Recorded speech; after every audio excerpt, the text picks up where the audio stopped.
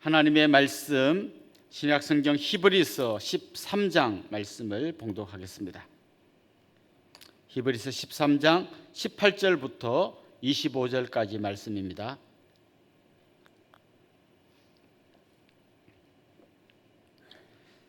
(18절부터 25절까지) 말씀 저와 여러분이 한 절씩 교독하도록 하겠습니다. 우리를 위하여 기도하라. 우리가 모든 일에 선하게 행하려 함으로 우리에게 선한 양심이 있는 줄을 확신하노니 내가 더 속히 너희에게 돌아가기 위하여 너희가 기도하기를 더욱 원하노라. 양들의 큰 목자이신 우리 주 예수를 영원한 언약의 피로 죽은 자 가운데서 이끌어내신 평강의 하나님이 모든 선한 일에 너희를 온전하게 하사 자기 뜻을 행하게 하시고 그 앞에 즐거운 것을 예수 그리스도로 말미암아 우리 가운데서 이루시기를 원하노라. 영광이 그에게 세세무궁토록 있을지어다. 아멘. 형제들아, 내가 너희를 권하노니 권면의 말을 용납하라. 내가 간단히 너희에게 썼느니라. 우리 형제 디모데가 놓인 것을 너희가 알라. 그가 속히 오면 내가 그와 함께 가서 너희를 보리라. 너희를 인도하는 자들과 및 모든 성도들에게 문안하라. 이달리아에서 온 자들도 너희에게 문안하느니라. 은혜가 너희 모든 사람에게 있을지어다. 아멘. 저는 요즘 최근에는 방학을 했습니다만 그 방학 직전까지는 저 멀리 있는 목사님들과 함께 책을 읽고 서로 나누는 그 모임을 합니다. 익산에 계신 목사님, 안산에 계시는 목사님, 용인에 계시는 목사님, 이렇게 4명이 줌으로 모여가지고 일주일에 한 번씩 책을 읽고 자기가 읽은 걸 서로 이야기하는 그런 시간을 갖습니다. 또 한 3달에 한 번쯤은 회의를 하는데 미국에 계신 목사님, 호주에 계신 목사님, 서울에 계신 목사님 이런 분들하고 회의를 합니다. 물론 제 방에서 합니다. 요즘 줌으로 온 세상이 다 연결되어 있습니다. 내가 마음만 먹으면 지구촌 어디에 있는 사람하고도 다 연락할 수 있고 카톡도 할 수 있고 전화도 할 수 있고 같이 얘기도 할 수 있습니다. 페이스북 같은 데 들어가 가지고 고등학교 동창도 만나고 동창의 친구도 만나고 이렇게 온 세상이 연결되어 있습니다. 이런 세상을 초연결 사회라고 부릅니다. 그야말로 초연결되어 있는 거죠. 완전히 연결되어 있는 이런 세상에 우리는 살고 있습니다. 오늘 우리가 히브리서를 읽었습니다마는 이 당시는 얼마나 연결되어 있었을까요? 이 당시에는 전화도 없고 컴퓨터도 없고 인터넷도 없고 연결이 전혀 안 돼 있습니다. 저 멀리 있는 누구에겐가 편지를 보낸다. 이것도 보통 일이 아닙니다. 일단 편지를 보낼 수 있는 종이가 없습니다. 그래서 힘들게 양피지 같은 거 구해가지고 힘들게 편지를 써야 됩니다. 당연히 우체국이 없습니다. 보낼 방법이라고는 사람을 통해서 보내는 방법밖에 없습니다. 또 중요한 게 뭐죠? 편지를 보냈는데 상대방이 글을 읽을 줄 알아야 됩니다. 그러니까 남하고 이렇게 소통한다는 게 보통 어려운 일이 아닙니다. 우리 조선시대만 해도 자기 동네, 요즘 우리로 치면 한 화성 정도에서만 평생 살다가 자기 인생을 끝낸 분들이 대부분입니다. 그러니 요즘처럼 초연결 사회에서 이 히브리서를 기록했던 이 당시를 보면 사방이 다 막혀 있는 것 같은 그런 세상에서 이 사람들이 살고 있었습니다. 그런데 우리가 말씀을 읽다 보면 놀라운 사실을 발견하게 되는데 그렇게 다 막혀 있는 것 같은 이들을 완전히 연결해 주는 놀라운 비밀이 있었음을 알게 됩니다. 그게 뭔가 하면 바로 그건 기도입니다. 기도는 지금도 마찬가지입니다만은 여러분의 자녀가 군대에 가 있든지 아니면 미국에 유학을 가 있든지 어디에 가 있더라도 오늘 이곳 기도의 자리에서 그 기도의 현장에서 여러분의 자녀를 또 여러분의 친구를 여러분의 부모님을 만날 수 있습니다. 기도는 우리가 알고 있는 인터넷이나 이런 것과는 비교할 수 없는 놀라운 연결을 우리에게 선물해 줍니다. 그리고 더 놀라운 비밀은 뭡니까? 인터넷으로는 절대 연결할 수 없는 하나님과 우리를 연결해 주는 너무나 놀라운 선물이라는 것을 기억하면 좋겠습니다. 오늘 우리가 읽은 이 본문에는 히브리서를 기록한 저자가 이제 편지로 저 멀리 있는 성도들에게 편지를 보내면서 마지막에 인사말을 하는 내용을 담고 있습니다. 편지 마지막에 그럼 잘 있어라, 또 옆에 있는 누가 무난한다, 이런 얘기를 담고 있는 게 오늘 본문입니다. 그런데 이 편지를 마무리하는 마지막 본문에서 히브리서 저자는 기도를 부탁하고 있습니다. 왜냐하면 그는 기도야말로 하나님의 능력을 경험하는 가장 확실한 통로라는 것을 알기 때문입니다. 기도를 부탁합니다. 그리고 또 히브리서 수신자들을 위해서 그가 기도를 해줍니다. 다시 말하면 그는 지금 기도 속에서 히브리서를 받는 그 성도들과 만나고 있는 거고, 만나자고 초청하는 겁니다. 사랑하는 성도 여러분, 우리 기도 속에서 만납시다. 이게 오늘 편지의 한 내용이라는 것을 알게 됩니다. 오늘 본문 18절에 보면 우리를 위해서 기도하라 이렇게 부탁합니다. 특별히 그 뒤에 가보면 내가 너희들을 방문할 수 있도록 기도해 달라고 이야기합니다. 그는 지금 기도가 얼마나 중요한가를 이야기합니다. 기도를 통해서 하나님의 능력을 경험할 수 있다는 걸 믿고 부탁합니다. 뿐만 아니라 혼자 기도하는 것보다 성도들이 한 마음으로 기도할 때 놀라운 역사가 일어난다는 것을 그는 알고 기도를 부탁하고 또 기도를 해주고 있습니다. 저는 지난주에 독일과 네덜란드를 방문해서 그곳에 있는 정말 믿음의 선배들이 걸어갔던 그 발자취를 따라가면서 여러 가지 스터디 투어를 하고 왔습니다. 독일에 갔을 때 그런 이야기를 들었습니다. 1990년에 독일이 통일이 되었습니다. 동독과 서독이 통일이 되었는데요. 그 통일이 된 역사를 보고 어떻게 통일됐냐면 사람들이 그때 소련과 미국이 어쩌고 저쩌고 여러 가지 이런 이야기를 합니다만은 정말 중요한 사실 한 가지는 뭔가 하면 1990년 통일되기 전에 한 10년 전부터 독일 교회가 계속해서 기도를 하고 있었습니다. 특별히 독일에 있는 라이프치히에 있는 성 니콜라이 교회라는 곳에서 매주 월요일마다 성도들이 모여서 정말 자유를 위해서, 이 독일의 자유를 위해서, 처음에는 통일이 아니라 자유를 위해서, 동독의 그 자유를 위해서 계속 기도했는데요. 그 기도하는 사람이 점점 늘어나기 시작했고요. 1989년 10월 9일 날 평화 기도를 했는데 그때 사람들이 몰려드는 인원이 한 7만 명 정도가 모여서 같이 기도하고 평화적인, 우리로 말하면 촛불 시위 같은 걸 했습니다.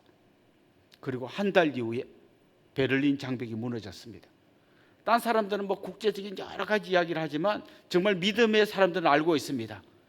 말도 안 되는 이 통일이 너무나 놀랍게 기적적으로 이루어졌다는 것을. 그게 기도의 힘입니다. 저는 요즘 우리 남북 관계를 보면서 이래가지고 통일이 되겠나라는 생각이 많이 듭니다. 제가 우리 교회를 개척할 때만 해도 한 17년 전에 그런 이야기 했습니다. 우리 아들은 아마 군대 안 갈 겁니다. 그 전에 통일될 겁니다. 우리 이런 이야기를 농담 삼아 했는데 시간이 지나면서 점점 통일과 멀어지는 것 같습니다. 핵을 개발하고 또 우리의 통일을 원하는 나라가 없습니다. 우리 대한민국이 통일되면 중국이나 일본이나 누가 좋아하겠습니까? 그러나 저는 한 가지 소망을 갖고 있습니다. 우리의 생각과 상식으로 절대 안 될 것 같은 이 일, 그리고 정말 불가능할 것 같은 이 수많은 일들이 기도 속에서 하나님의 일하심으로 우리의 상상과 우리의 계획을 뛰어넘어 이루어질 수 있다는 것을 믿습니다. 이게 기도의 힘이고 성도는 그 기도의 힘을 믿고 기도하는 것입니다. 특별히 지금 기도의 자리에 나오신 여러분, 하나님 앞에서 기도할 때 이 천지를 창조하시고 예수님을 죽은 자 가운데서 살려내신 그 하나님의 능력을 의지하고 믿음으로 기도하는 우리들이 되었으면 좋겠습니다. 오늘 본문에 여러 가지 이야기가 나옵니다만 특별히 일종의 축도 형식으로 당시 그 히브리서 편지를 받아들이는 그 수신자들을 위해서 기도하는 이 편지를 쓴 사람의 기도, 사실 누가 썼는지 아직까지 정확하게 잘 모릅니다. 바울이 아닌 건 알겠는데 히브리서를 누가 썼지 하면 여러 가지 이분 아닐까라는 추측은 있지만 맞아, 이분이라고 정확하게 딱 찍지는 못합니다. 그렇지만 하여튼 이분이 지금 편지를 받는 사람들을 위해서 기도하고 있습니다. 기도하는 내용을 가만히 보면 그는 먼저 이런 내용을 위해서 기도합니다. 하나님, 저들을 온전케 해 주십시오. 하나님께서 성도들을 통하여 하나님 일을 하시기를 원하는데 특별히 저들을 온전하게 해주십시오. 이게 온전케 하다라는 말은요, 다른 말로 번역하면 수리하다, 고치다, 찢어진 그물을 깁다, 이런 뜻을 갖고 있습니다. 하나님, 저 이 편지를 받아들이는 사람들이 지금 히브리서 앞부분 읽어보시면 아시겠지만 흔들리고 있습니다. 지금 막 수많은 핍박이 오고 어려움이 오니까 유대교로 돌아가려고 막 하는 그런 사람들입니다. 한마디로 흔들리는 사람들, 어떻게 보면 좀 문제가 많은 사람들입니다. 지금 이분은 기도하고 있습니다. 하나님, 저들을 온전케 해주십시오. 그는 온전케 해주십시오 말을 하기 전에 먼저 이렇게 말합니다. 예수님을 죽음에서 살려내신 하나님. 무슨 얘기입니까? 죽은 예수님을 살려내기까지 하신 하나님이 뭘 못하시겠습니까? 저 믿음이 약하고 흔들리고 부족해 보이고 찢어져 있는 것처럼 보이는 저들을 온전하게 좀 세워주십시오, 이렇게 기도하는 것이죠. 그리고 이어서 하는 기도가 뭔가 하면 그렇게 온전케 하셔가지고 저들을 하나님의 뜻을 이루는 그 일에 써주십시오, 이렇게 기도하는 겁니다. 그는 너무나 놀라운 고백을 하고 있습니다. 하나님은 우리와 같이 일하는 걸 기뻐한다는 걸 알고 기도하는 거예요. 여러분 혹시 그런 경험 있습니까? 엄마가 지금 막 바쁘게 설거지를 하고 있는데 한 5살쯤 된 딸이 와가지고 엄마 도와줄게 하고 막 와가지고 설거지통에 막 달라붙을 때 있습니까? 그때 엄마의 마음이 어떻습니까? 너무너무 기쁘고 얘가 이제 철이 다 들어서 나를 도와주는구나, 그런 생각합니까? 엄마가 뭐라 그럽니까? 말을 실제로 할지 안 할지 모르겠어요. 속으로 아마 그럴 것 같아요. 네가 가만히 있는 게 도와주는 거야. 괜히 끼어들면 하나도 도움이 안 돼요, 그냥. 그런데 우리 하나님은 우리와 동력하기를 기뻐하십니다. 그것도 문제 많은 사람들, 그들을 고치고 찢어진 걸 깁고 해가지고 그래도 같이 동력하기를 기뻐하시는 분이기에 오늘 이 본문의 저자는 하나님, 저들을 온전케 하셔서 하나님의 뜻을 이루는데 써주십시오라고 기도하는 것입니다. 여러분, 성경에 나오는 위대한 하나님의 일꾼들 한 사람 한 사람을 뜯어보십시오. 처음부터 완벽했던 사람 아무도 없습니다. 바울은 심지어 예수 그리스도를 핍박하고 예수 믿는 사람들을 잡아 가두는 너무나 악을 행하는 사람이었지만 주님이 강권적으로 그를 불러서 다듬어서 고쳐서 온전케 하셔서 위대한 하나님의 사도로 세우셨습니다. 그래서 여러분 주위에 걱정되는 수많은 사람들을 생각할 때 그냥 저 사람 안 돼가 아니라 하나님 저를 온전케 해주셔서 그리고 저 사람을 하나님의 일에 써주십시오라고 그렇게 기도하기를 원합니다. 독이 그는 이렇게 기도합니다. 그 앞에 있는 즐거운 것을 위해서. 좀 오늘 본문이 좀 어렵게 번역되어 있는데 좀 쉽게 말하면 이런 겁니다. 하나님, 저 사람 온전케 해주셔서 하나님의 뜻을 이루는데 써주시고 그래서 하나님의 즐거움이 되게 해주십시오. 하나님의 기쁨이 되게 해주십시오. 이렇게 기도하고 있는 것입니다. 사랑하는 성도 여러분, 지금 여러분의 눈에도 마음에 안 드는 사람이 있을 수 있습니다. 그런데 저 사람이 하나님 손에서 다듬어져 가지고 그 사람 때문에 하나님이 기뻐하는 그 장면을 기대하면서 우리는 기도하는 겁니다. 그리고 마침내 이렇게 기도합니다. 그래서 하나님, 그리스도와 저 사람이 동력함으로써 하나님을 기쁘시게 하는 사람이 되게 해주십시오. 예수 그리스도로 말미암아 저 사람이 하나님을 기쁘게 하는 사람이 되게 해주십시오. 이렇게 기도하는 거예요. 그러니까 하나님이 온전하게 다듬어 가지고 정말 귀한 사람으로 만들었다고 해서 위대한 일을 해낼 수는 없습니다. 왜냐하면 그럴 만한 능력이 우리 사람에게는 없기 때문이에요. 그래서 그는 그렇게 기도하는 거예요. 하나님, 저 사람을 온전케 해주시고 그래서 그리스도로 말미암아 하나님의 즐거움이 되게 해주십시오. 이렇게 기도하는 건 뭔가 하면 주님께서 내가 기도하는 저 히브리서 수신자들의 하는 모든 일에 함께 해주시도록 기도하는 거예요. 그렇습니다. 여러분, 기도에는 이런 놀라운 능력이 있습니다. 부족한 사람을 온전케 하시는 하나님의 능력을 경험할 수 있습니다. 기도를 통하여 아무 일도 할 수 없을 것 같은 우리가 하나님의 위대한 일에 참여할 수 있게 되는 겁니다.